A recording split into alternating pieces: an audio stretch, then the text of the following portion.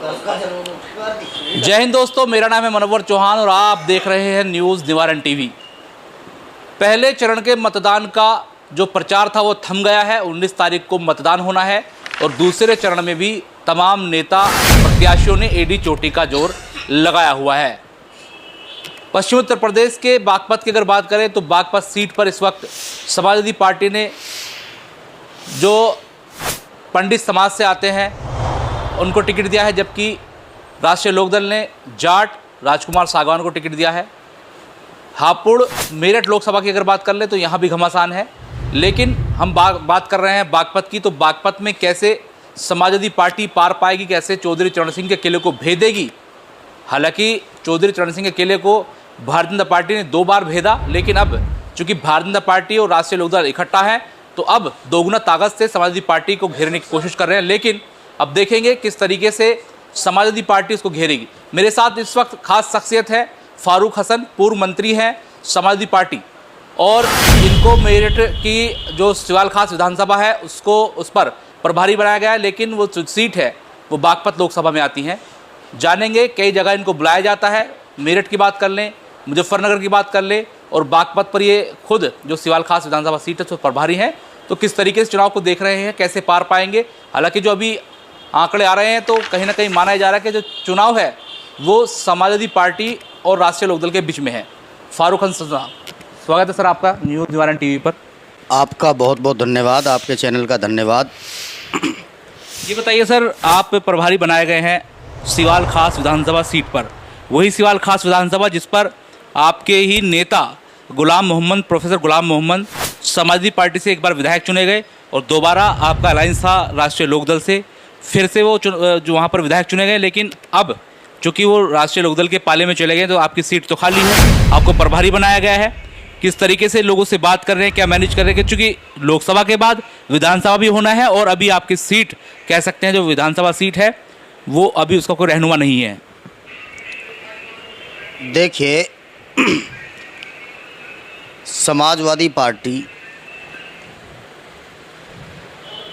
जब से राष्ट्रीय लोकदल पार्टी ने समाजवादी पार्टी के साथ से अलग होने का जो फैसला लिया है, तब से समाजवादी पार्टी पश्चिमी उत्तर प्रदेश के अंदर तब राष्ट्रीय लोकदल के साथ रहकर भी उतनी मजबूत नहीं थी जितनी समाजवादी पार्टी राष्ट्रीय लोकदल से अलग हटके अब समाजवादी पार्टी मजबूत है। ये आंकड़ा क्या है, जरा समझाएंगे। हाँ, ये आंकड़ा ये है कि आज के वक्त में सब लोग समझदार हैं, शिक्षित हैं, पढ़े लिखे हैं, जानते हैं।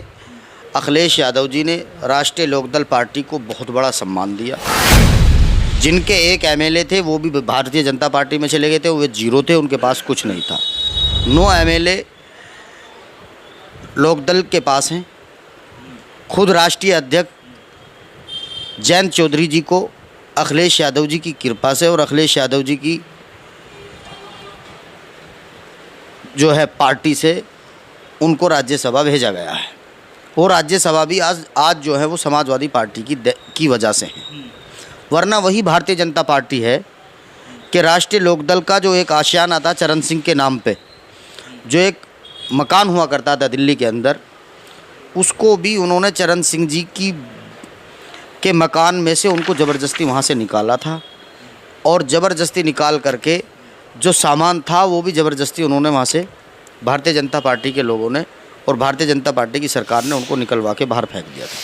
लेकिन अखिलेश यादव जी ने, चौधरी चरण सिंह जी के चाहने वाले अखिलेश यादव जी हैं, उनके असल काम अखिलेश यादव जी कर रहे हैं, और समाजवादी पार्टी ने चरण सिंह जी को हमेशा से माना है और हमेशा ही उनको मानेगी। चरण सिंह के ही विचारों पे माननीय मुलायम सिंह यादव चला करते थे, और उसी काम को आज अखिलेश यादव जी जिसके आप कह रहे विचारधारा पे जिनके चलते थे पूर्व प्रधानमंत्री चौधरी चरण सिंह, उनके पोते तो आपसे अलग हो गए। आप कह रहे विचारधारा पे चलते थे, क्या आपको नहीं लगता कि उनकी विचारधारा और आपकी विचारधारा एक थी, अलग कैसे हो गई?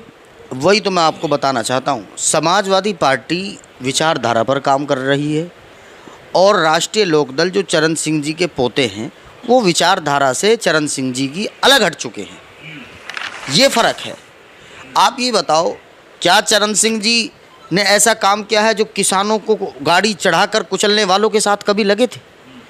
जो 700 किसान वर्गीय हैं, उस वक्त तो ये अजीत सिंह जी भी और जयंत जी भी उनके जो है रहनुमा बने थे। और आज जो ये लगा कि हम जो है 1 मिनट में 54 या 58 पता नहीं वो क्या क्या कहते थे, अब वो सब ख़त्म हो गया। अब ये पता नहीं बेहतर जाने उनको डराया गया है या वो डरे हैं या क्या लालच है क्या नहीं। 2 सीटें उनको दी थी, वो दोनों अब हार रहे हैं, 0 हो जाएंगे। और अखिलेश यादव जी उनको साथ दे रही थी समाजवादी पार्टी। उनको वो कोई भी समाजवादी पार्टी का सम्मान उनको रास नहीं आया है, उन्होंने गलत फैसला लिया है।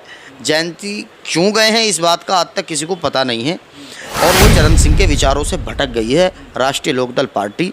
और मैं आपसे जो असल बात जो मैं आपसे कहना चाह रहा हूँ वो ये कहना चाह रहा हूँ कि समाजवादी पार्टी पश्चिमी उत्तर प्रदेश में जब से राष्ट्रीय लोकदल अलग हुई है और मजबूत हुई है, उसका कारण ये है कि जो राष्ट्रीय लोकदल उस विचार से चरण सिंह जी के विचारों से अलग हो गई और हमारी पार्टी विचारों से आज भी जुड़ी हुई है।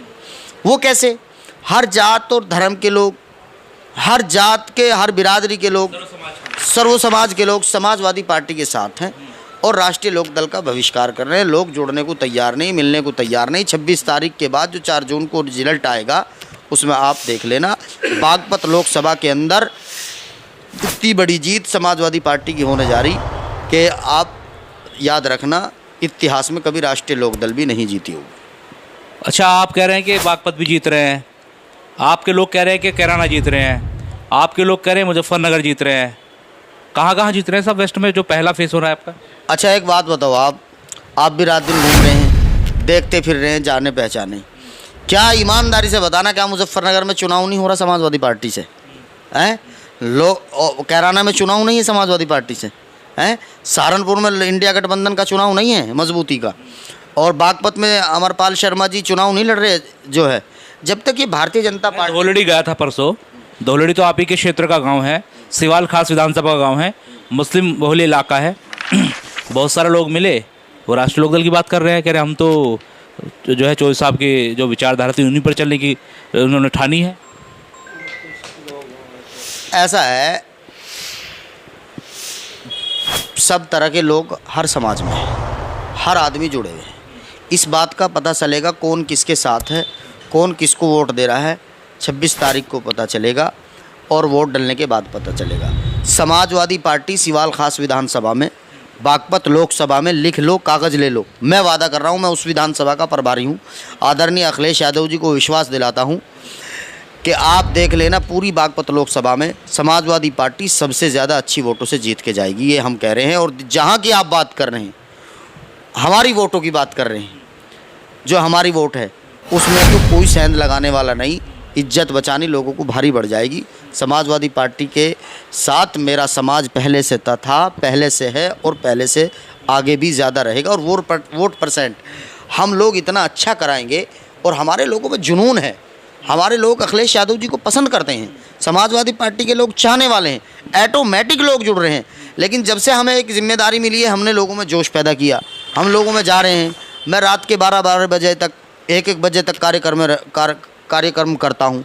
अभी भी मेरे अभी भी कई कार्यक्रम हैं। रात भी मैं सिवाल खास में था, मेरा खुद का रोड शो था, और तो बहुत सारे कार्यक्रम हैं, बहुत सारी चीज़ें हम देख रहे हैं। लोग निकल रहे हैं, खुद जो है ऑटोमेटिक जुड़ रहे हैं। लोगों में उत्साह है समाजवादी के प्रति, इसलिए उत्साह है कि एक आदमी ने गद्दारी इतनी बड़ी की है और अखिलेश यादव जी इतने भले और अच्छे आदमी हैं कि वो सब पे एहसान करते हैं, सबको बनाते हैं। कौन, किसकी बात कर रहे हैं? गद्दारी कौन है बताइए। अब वही तो गद्दारी है, उसी का तो सबक सिखाएंगे बागपत वाले। क्या गद्दारी बताइए ना। गद्दारी को आप भी समझ रहे हैं, मैं खुल के बता रहा हूँ। नहीं, जब सिंबल आपने दिलवा दिया तो फिर गद्दारी कहाँ? वो तो राष्ट्रीय लोकदल के हो गए। नहीं, देखो उनके बारे में नहीं बात कर रहा हूँ मैं। गद्दारी की है राष्ट्रीय लोकदल पार्टी ने। तो गद्दार तो राष्ट्रीय लोकदल वाले हो गए ना, जिसमें वो भी हैं जो आपके विधायक हैं। देखो उनकी बात तो ऐसी है, अभी मेरी बात सुनो, वो भी समाजवादी की कृपा थी। सिंबल भी उन्हें आकर रास्ते में बदला गया था। उनको पता कि सब कुछ सारी जनता जानती है। दूसरी बात, गुलाम मोहम्मद जी को 2 वोट मिली या 100 वोट मिली, वो सिर्फ समाजवादी पार्टी की सिंबल की वजह से उनको वोट मिली। अखिलेश यादव जी की कृपा थी उन पे, जो एमएलए बन गए। राष्ट्रीय लोकदल का रोल नहीं है? राष्ट्रीय लोकदल का कोई रोल नहीं है। राष्ट्रीय लोकदल का रोल ये है कि हमारा गठबंधन था, उनको सम्मान की वजह से हमने एक सिंबल दिया था। दूसरी बात ये है, अब वो भी घूम रहे और हम भी घूम रहे। वो विधायक है, मैं एक समाजवादी पार्टी का कार्यकर्ता हूँ। आप उनको सिवाल खास में लेके चलें, वो एमएलए हैं, और सुबह आप चलें और लेकर के चलें, देखे जनता उनके साथ ज़्यादा होगी या मेरे साथ। चैलेंज है आपका? चैलेंज है। विधायक जी विधानसभा के अंदर पूरी सिवाल खास में वो फारूक हसन को ले जाके खड़ा कर लें एक तरफ, और खुद खड़े कर लें। जो बिरादरी के और अपने समाज के लोग हैं उनमें जो वो जाके देखेंगे समाजवादी के साथ जनता है या गुलाम मोहम्मद जी के साथ जनता। बताइए, लोकसभा बहाना है क्या, विधानसभा साधना है? देखो मेरी बात सुनो, पार्टी जहाँ जिसको जिम्मेदारी देती है उस पर काम करते हैं। मेरे महबूब नेता ने मुझे जो है सिवाल खास की जिम्मेदारी दी है, मैं उस पर काम कर रहा हूँ और आगे भी काम करता रहूँगा। तो टिकट की भी दावेदारी कर रहे हैं इस बार? अब टिकट तो निर्णय नेता लेगा, वो क्या करेंगे। मेहनत तो करते हैं, टिकट के लिए तो राजनीति करते हैं, टिकट देना ना देना तो। बताइए, आप जो बागपत लोकसभा जीत की बात कर रहे हैं, किस आधार पर, किस आंकड़े पर कर रहे हैं, कुछ बताएंगे? हाँ, इसलिए ये आधार ये है कि मैं रात दिन घूम रहा हूँ और मैं सबसे ज़्यादा हमारे लोगों से ज़्यादा जो दूसरे समाज के लोग हैं, दूसरे कास्ट के जो लोग हैं, त्यागी हों, ब्राह्मण हों, गुज्जर समाज हो, प्रजापति समाज हो, वाल्मीकि समाज हो, कश्यप समाज हो, और जी तुम्हारे ओबीसी समाज हो, सब लोगों में जो है एंटी लोकदल को लिए वोट डालना चाहते हैं और वो समाजवादी पार्टी को वोट डालना चाह रहे हैं। समीकरण भी हमारा ठीक ठाक है, कोई हल्का नहीं है। 4 लाख वोट मुसलमान हैं, 2 से 2.5 लाख जो है ब्राह्मण हैं, बाकी और सब कास्ट की हमें 70, 80% वोट मिलनी है। मुसलमान बटेगा नहीं कोई मतलब मैं आप जो राष्ट्रीय लोकदल में जो लोग हैं, मुस्लिम जो समाज के लोग हैं, वो कहाँ जाएंगे?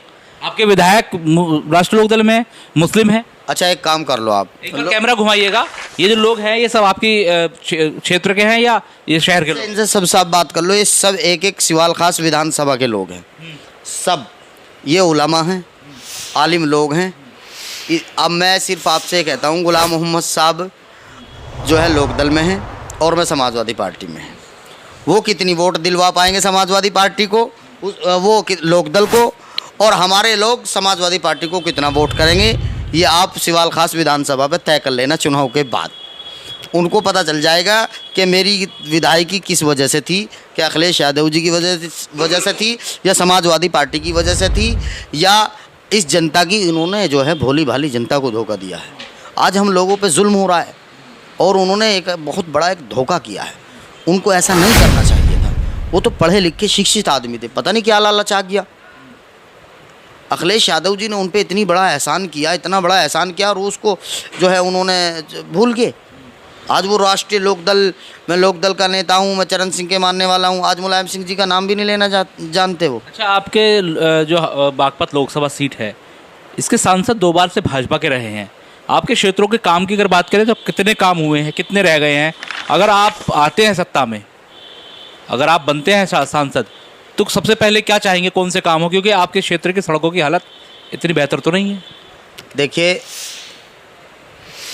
भारतीय जनता पार्टी से जो यहाँ सांसद रहे हैं, मैं आपको दर्जनों गांव ऐसे दिखा दूंगा कि 10 साल के पीरियड में दर्जनों गांव में आज तक एक ईंट लगाने के भी वो कहीं गुनाहगार नहीं होंगे। उसमें जाट बवलिये गाँव भी हैं, मुस्लिम बवलिये गाँव भी है, ठाकुर बवलिये गाँव भी, उन्होंने कहीं कभी जाके नहीं देखा। बहुत से लोगों ने उनका ना चेहरा देखा ना जाना। और रही दूसरी बात समाजवादी पार्टी की, हम लोग समाजवादी पार्टी के कार्यकर्ता हैं। हमारे सांसद अगर हम बनेंगे तो हम काम करेंगे, हमने पहले से काम किया। हमारे तो काम करने की जो है, काम करने के आधार पे तो हम लोग जो है आज सत्ता से बाहर हैं। वो लोग गुमराह करने की राजनीति करते हैं, वो लोग जात धर्म की राजनीति करते हैं। समाजवादी पार्टी जात धर्म की राजनीति नहीं करती। एक बात बताइए, भारतीय जनता पार्टी के स्टार प्रचारक सीएम से लेकर पीएम और तमाम लोग सारी लोकसभाओं पर घूम गए। वो राष्ट्रीय लोकदल के अध्यक्ष जयंत चौधरी ने कहा मुजफ्फरनगर में उन्होंने हार मान ली है आपके नेता को, इसलिए घर बैठे हैं। आपके यहाँ कब आएंगे सर? अच्छा देखो, मेरी बात सुनो, अकेला एक बंदा है और सब पर भारी। हकीकत बता रहा हूँ आपको, अखिलेश यादव जी सब पे अकेले भारी हैं। ये देख लेना, ये चुनाव में वोट की गिनती के बाद पड़े, ना हमारे यहाँ कोई पीएम बचा, ना सीएम बचे। एक स्टेट के नहीं, हरियाणा के स्टेट के भी सीएम आ गए, हमारे यूपी के सीएम भी आ गए, और इधर उधर के भी 1-2 उन्होंने से पूरे सेंटर की सरकार लगी हुई है, पूरी यूपी की सरकार लगी हुई है। और यहाँ समाजवादी पार्टी के छोटे छोटे से लेट क्यों निकल रहे हैं? नहीं देखो, हमारा यहाँ क्या है, एक सिस्टम है। अभी सब लोग ईद करके निपटे हैं, अब शुरू हो गया। मुजफ्फरनगर में भी सभा होगी और 20 तारीख का कार्यक्रम मेरठ में है, 23 तारीख का बागपत में हमारे यहाँ है, हर्रा में प्रोग्राम है, मेरी विधानसभा सिवाल खास में ही है। तो अब सब जगह हो गया। अब ये दूसरे चरण के लिए हो गया, कहाँ नहीं गए सब जगह। अच्छा, एक आखिरी सवाल, मेरा आखिरी सवाल ले लेता हूँ। मेरठ लोकसभा से आपके पुराने सहयोगी बहुजन समाज पार्टी के नेता हाजी याकूब कुरैशी अब घूम घूम कर ये कह रहे हैं कि मुसलमानों भटको मत, और बड़े गंभीर आरोप समाजवादी पार्टी उनके नेताओं पर लगा रहे हैं। कहीं ना कहीं मुसलमान जो मुस्लिम वोट बैंक है उसको कहीं ना कहीं बिखेरने या बांटने की कोशिश जो शाहिद मंजूर कह रहे हैं वो कर रहे हैं। क्या कमेंट करना चाहिए? नहीं, मैं कमेंट नहीं कर रहा हूँ, वो सच्चाई है। ये बहुत अच्छा आपने सवाल किया। मेरे मन में कल से इस सवाल को लेके अंदर एक घुटन थी।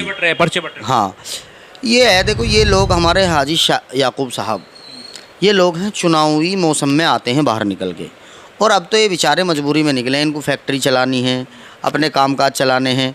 कोई आ गया होगा दबाव कहीं से कि बाहर निकलो तुम मुसलमानों को बांटो, पता कि समाजवादी पार्टी यहाँ से मेरठ शहर से और लोकसभा जीतने जा रही है, तो वो तो मजबूरी में निकले। बीमार आदमी बूढ़े, अब वो चमके 10 साल में। जनता बेवकूफ़ नहीं है, समाजवादी पार्टी के साथ जनता है। और वो शाहिद मंजूर साहब जो कह रहे हैं वो हकीकत कह रहे हैं। शाहिद मंजूर साहब पश्चिमी उत्तर प्रदेश के बड़े नेता हैं, सुलझे हुए नेता हैं, वो सब लोगों के सब चीज़ों के समीकरण को जानते हैं। वो बरसाती मेंढक है, आए और चले जाएंगे, उनको कोई मतलब नहीं है। अब वो ज़माना नहीं है, अब वो बिरयानी वाले मुसलमान नहीं रहे जो बट जाएंगे। अब ये शिक्षित होगी, पढ़े लिखे होगी, जो इनके लिए दुख और सुख में काम होगा। ऐसे तो कोई भी बरसाती मेंढक आएगा, पैसे वाला आएगा, चुनाव में चले जाए, पैसे वाले के चुनाव में। फिर सर ये बताइए, फिर 22 में क्या हुआ? 22 में देखो, पूरे उत्तर प्रदेश में 3.5 लाख वोटों से सरकार बनने से रही है, और वो भी सरकार भारतीय जनता पार्टी की बनी नहीं है, उन्होंने चुराई है। चोरी की है। कैसे? ऐसे की है, 2000, 4000, 5000 से कम अंतर वाली सीटों पे उन्होंने ज़बरदस्ती करके तमाम अधिकारियों ने षड्यंत्र रच के, और वो जो है आप सब जानते हैं, बहुत सारी सीटें मैं आपको गिना दूं। नकुड़ पे क्या हालत थी, मेरठ हस्तिनापुर की क्या थी, दक्षिण की क्या थी, ये सब चीज़ें हराई गई हैं। ये सब चीज़ें एक जो है वो गया, चुनाव लड़ा अकेले आदमी ने कुल 3.5 लाख वोटों से। अच्छा, एक बात बताओ आप मुझे, हमारे यहाँ सरकार है, भारतीय जनता पार्टी की सरकार है, कितने लोग हैं? अकेले एक समाजवादी पार्टी के नेता अखिलेश यादव जी 22 में अकेले चुनाव लड़े, माहौल बनाया। उनकी भीड़ देख लो उस वक्त की वीडियो में, और हमारी भीड़ देख लो, वो अकेले, उन्हें उन पर सब पे भारी थे। अच्छा, आप ये कह रहे हैं चोरी की गई सरकार है, लोकसभा में कैसे करेंगे सर? अब क्या होगा? देखियो, लोकसभा के अंदर इंडिया गठबंधन की स्पष्ट सरकार बनने जा रही है। अब चोरी नहीं होगी? हैं? अब चोरी नहीं होगी? देखो, जब चोर बार बार आवे ना, देखो रखवाली करने की कोशिश करेंगे, पूरी रखवाली की जाएगी, इस बार चोरी नहीं होने देंगे। हम जो है वो तो षड्यंत्र की राजनीति करते हैं, हम करते हैं काम की, हम करते हैं आधार की, हम करते हैं लैपटॉप की, हम करते हैं बिजली की, हम करते हैं पेंशन की, वो दूसरी करते हैं, वो हिंदू की, मुसलमान की, कब्रिस्तान की, इस तरह की बातें करके वो। अब आप देखो माननीय मुख्यमंत्री जी की क्या भाषा है, एक बात के अलावा कहीं भी मंच पे अगर वो बोलते हैं गुंडे हमने ये कर दिए, अब उनको जहन्नुम मिलेगी, उन्हें मिट्टी में मिला दिया जाएगा, ये मुख्यमंत्री जी के शब्द थोड़े ही हैं। बताओ, ये एक दो भाषा है।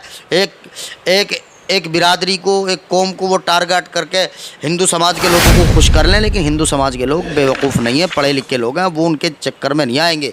राम मंदिर, मस्जिद, हमने मुसलमान को मार दिया, हमने उसके खिलाफ ये कर दिया, सब समझ रहे। उनकी जो भाषा है वो कहाँ कहना चाह रहे हैं, क्या है, इससे पब्लिक खुश नहीं होगी। काम चाहती है, अखिलेश यादव जी के लैपटॉप को चाहती है हिंदू। कितनी सीटें आ रही हैं इंडिया अलायंस की? हैं? कितनी सीटें आ रही हैं इंडिया अलायंस की, क्या मान रहे हैं आप? हमारी 350 प्लस जाएंगी। भाजपा की 400 कितनी हो गई? नहीं, वो 400 हार रहे हैं, ये वास्तविक है। वो 400 हार रहे। कहाँ से लाते हैं आंकड़े?